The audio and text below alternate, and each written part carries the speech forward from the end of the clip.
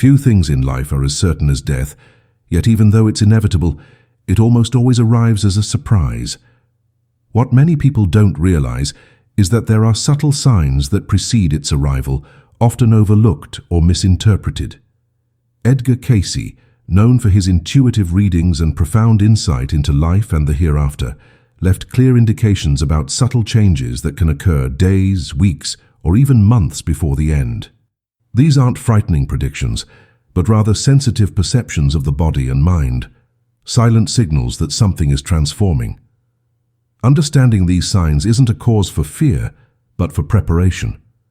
Many older adults, looking back, recall strange sensations or occurrences that now make sense. In this video, we'll explore 7 signs that almost no one notices, but which, according to Cayce, indicate an approaching end of life. Understanding this can change how you view existence from today onward. It's curious how certain details go unnoticed until, one day, someone shows us they were always there. This video was made to provide information respectfully, without sensationalism. If you value this type of content, please consider subscribing to the channel and leaving a like. This helps our work reach more people seeking a better understanding of life's cycles. The signs we'll discuss are not fixed rules, nor are they absolute indicators that someone is departing. But they are patterns repeated in thousands of cases, analyzed by Cayce and by various doctors and caregivers who accompany patients in terminal stages. Some of these signs may seem common, others quite subtle. The important thing is to realize that they are not random. Many seniors, when experiencing these moments, report internal changes that are difficult to explain with words. The first sign is the sensation that time passes differently. This isn't about mental confusion, but a new perception of time, as if it expands or slows down. People report that days feel longer, even when they do few activities. Others say they have a clearer sense of the past, as if old memories resurface with unexpected force. Cayce said that this phenomenon was a natural preparation of the mind for a transition. By bringing past memories to the surface, the subconscious would be organizing the life cycle, like carefully closing a book. This doesn't happen to everyone, but it is a frequent pattern. Family members usually notice this change without giving it much importance, thinking it's just a daydream. But there is a depth to this alteration that deserves attention. Another sign is a change in one's gaze. This might seem subjective, but it's something experienced caregivers often notice. The sparkle in the eyes shifts, as if the person is seeing something beyond their immediate surroundings. Some describe this gaze as distant, others as too serene for the circumstances. Cayce called this expanded perception, a kind of preparation for physical detachment. In many cases, this gaze is accompanied by long silences, as if the person is somewhere else. This isn't delirium or confusion, but a state of presence that's not easily explained. Close friends and family sense something different, even if they can't name it. It's as if the person is already partially on another plane, even while still physically present. The third sign involves very vivid and recurring dreams. Cayce asserted that in the months preceding death, dreams become more intense and symbolic. Many people dream of deceased loved ones, parents, siblings, even pets. These dreams are not accompanied by fear, but rather comfort. It's as if those who have passed on are preparing the way. In some cases, there are reports of clear conversations with these presences, as if they are saying goodbye or offering advice.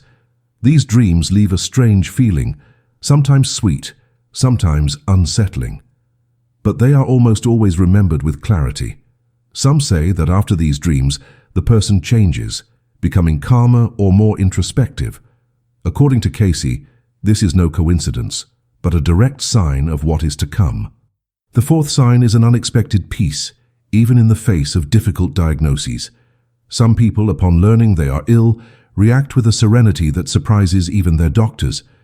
Of course, there are moments of anguish and doubt, but after a time, many report a profound sense of acceptance. According to Cayce, this occurs when the soul has already understood that its journey is coming to an end. It is not a sad resignation, but a tranquility that comes from within. Family members often do not understand how someone can find peace so quickly, but it is a natural process. This peace can be mistaken for apathy, but it is different. It is an emotional relief, as if a part of the person already knows there is no more struggle to be waged. It is one of the most subtle but also most powerful signs. The fifth sign is a different sensitivity to the environment and to people. Many report a keener perception of others' emotions, as if they can sense the sadness or joy of others more clearly. This emotional sensitivity can lead to deep conversations, reconciliations, or unexpected goodbyes. People who were never very emotionally open begin to show affection more easily. Cayce considered this a natural adjustment of the soul, seeking emotional balance before departure. It's as if there's an inner impulse to resolve loose ends, to forgive, to ask for forgiveness, or simply to express love. This can happen in small gestures, like a prolonged hug or a phrase spoken at just the right moment. For those living with this person, these moments seem valuable, but they don't always understand their true meaning. Over time, many realize it was the beginning of a silent farewell. Another curious sign, though less discussed, is a subtle change in the person's biological rhythm. Sleep cycles alter, with episodes of wakefulness at unusual hours or a constant drowsiness. Hunger decreases, and appetite for certain foods disappears. Cayce said that the body, perceiving the proximity of the end, begins to slow down on its own. It's not an illness in itself, but a physiological adjustment. People who ate well begin to refuse favorite dishes. Others swap meals for light liquids, or simply no longer feel thirsty. The body seems to conserve energy, as if it is preparing to shut down. Doctors observe this in terminal patients, but often don't explain why. When this occurs outside of a clinical context, it's easy to ignore. But it's a recurring pattern that deserves attention, as it may indicate an imminent transition. The seventh sign is the most difficult to explain, but perhaps the most important. A clear sense that something is about to happen.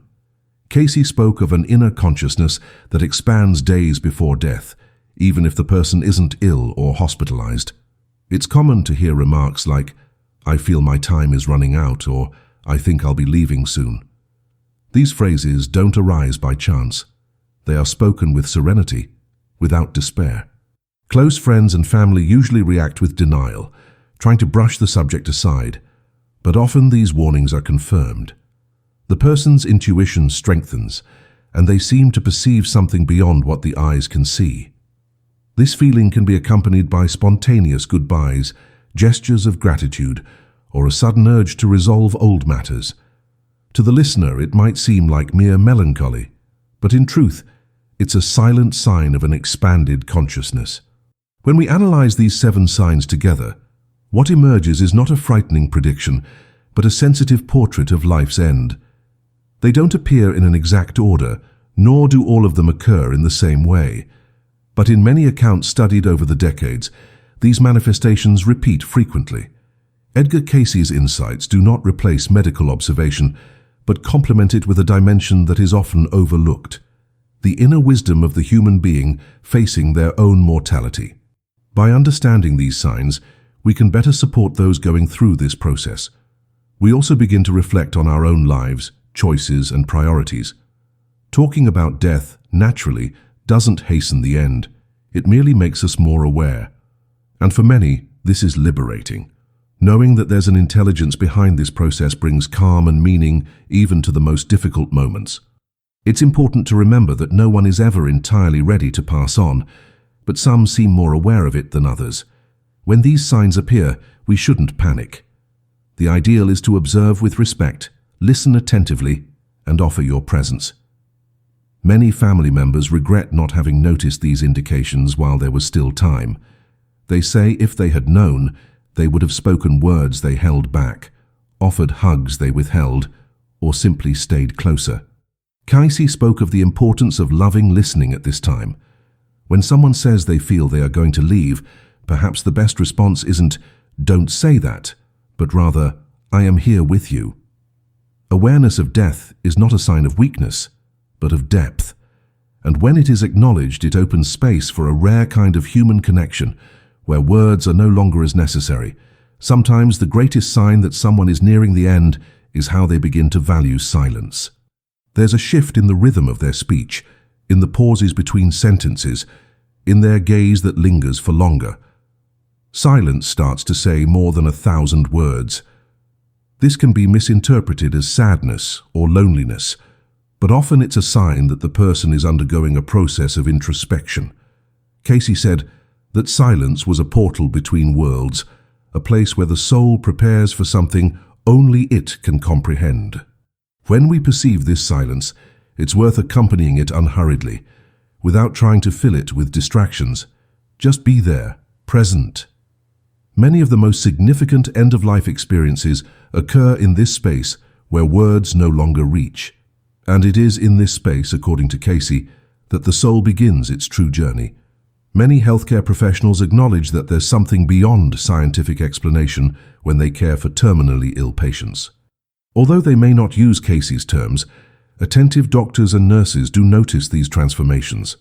They see changes in behavior, in the gaze, in attitudes.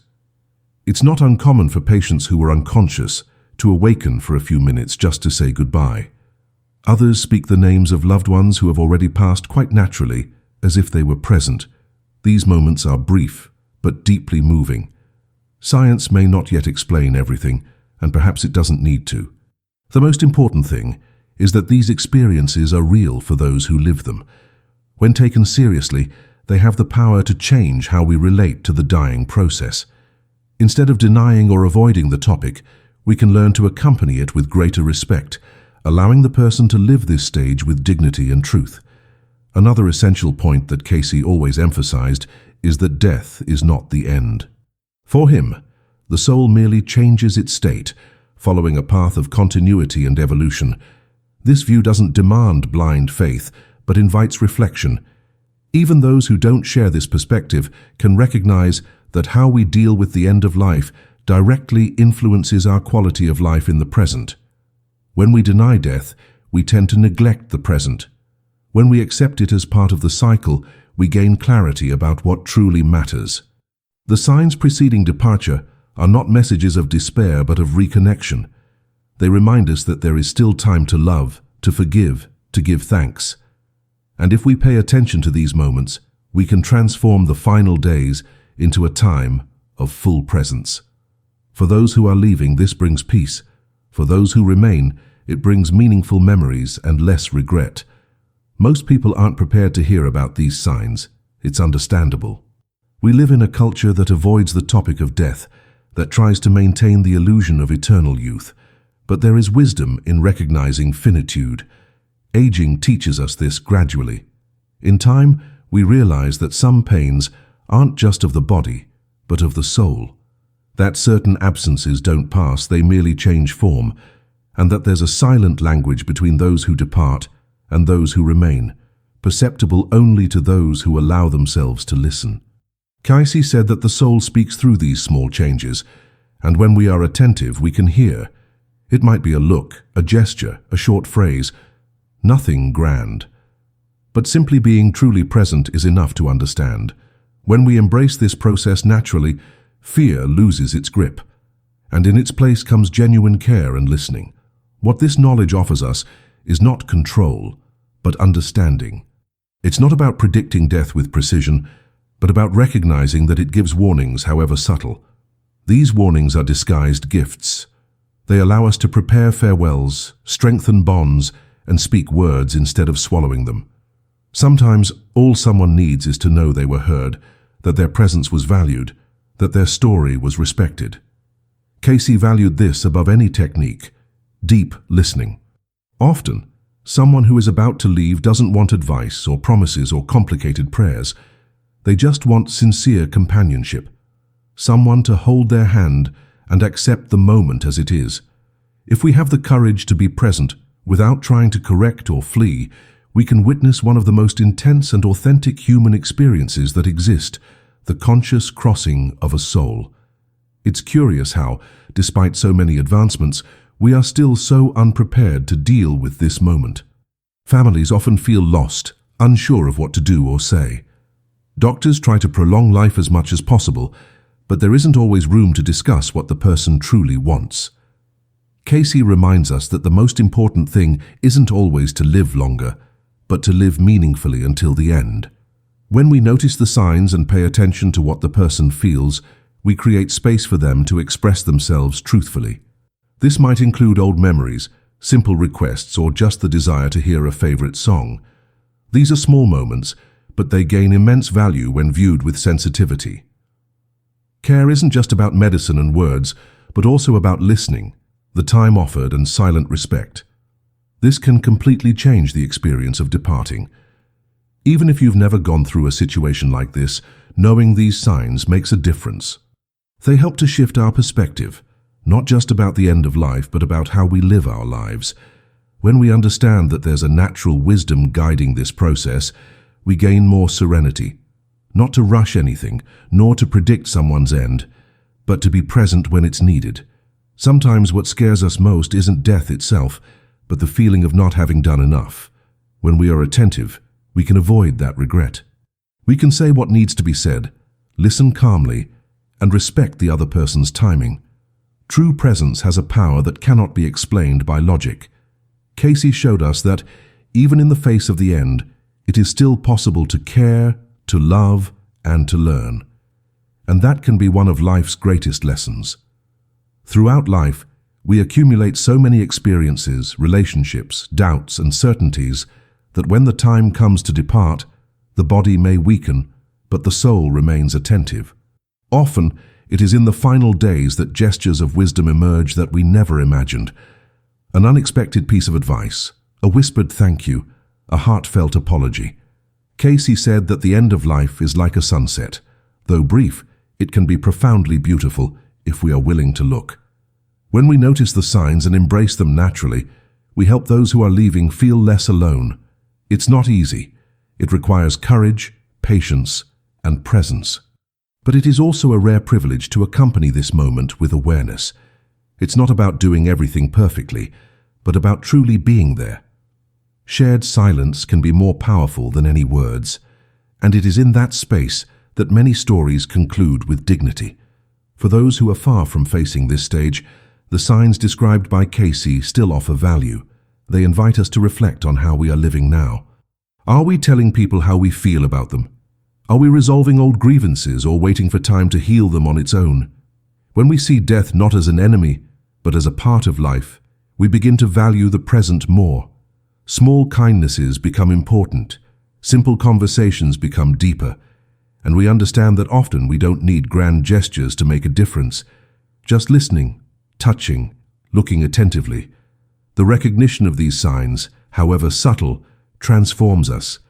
And it also transforms how we care for others. Cayce believed that understanding the end of life was a way to understand life in its entirety. And it all begins with observing what almost no one sees. Our biggest challenge, perhaps, is to set aside fear and learn to discuss this topic naturally. Death is still a taboo in many families, but it doesn't have to be a forbidden subject.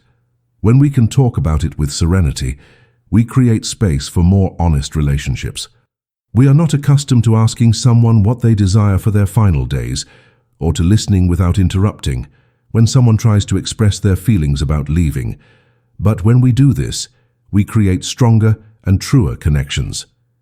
Cayce advocated that active listening was one of the greatest forms of love. To know how to listen without judging, without correcting, without trying to change the course of the conversation. Just to be. This applies not only to the last moments, but to all of life. Listening attentively is a practice that can bring us profoundly closer to those we love at any stage. Each of us will have our own experience with departure. Some will be surrounded by loved ones, others perhaps in silence, alone. But the signs that precede this moment, according to Cayce, are invitations to a final encounter with oneself and with others, a reunion with the truth of one's own existence. There are no guarantees, no formulas, but there are possibilities, and among them is the chance to live this end with lightness, consciousness, and presence. Recognizing the signs doesn't change the destination, but it changes the journey. It makes every gesture, every word, and every silence gain real weight. Knowing this can alleviate anxiety, lessen fear, and even bring comfort. For in the end, it's not about death. It's about how we choose to live while we are here. And when the time comes to depart, may it be with the feeling that we were seen, heard, and loved wholeheartedly. If you've made it this far, it's because this topic has touched something deep within you. Perhaps you've had a similar experience, or you feel that this knowledge can make a difference in your life and the lives around you. The aim of this video is not to predict, scare, or dramatize. It is to inform with respect, sharing wisdom that can bring peace and clarity in difficult times. If this content resonated with you, consider sharing it with someone who might benefit. And if you haven't yet subscribed, please do so.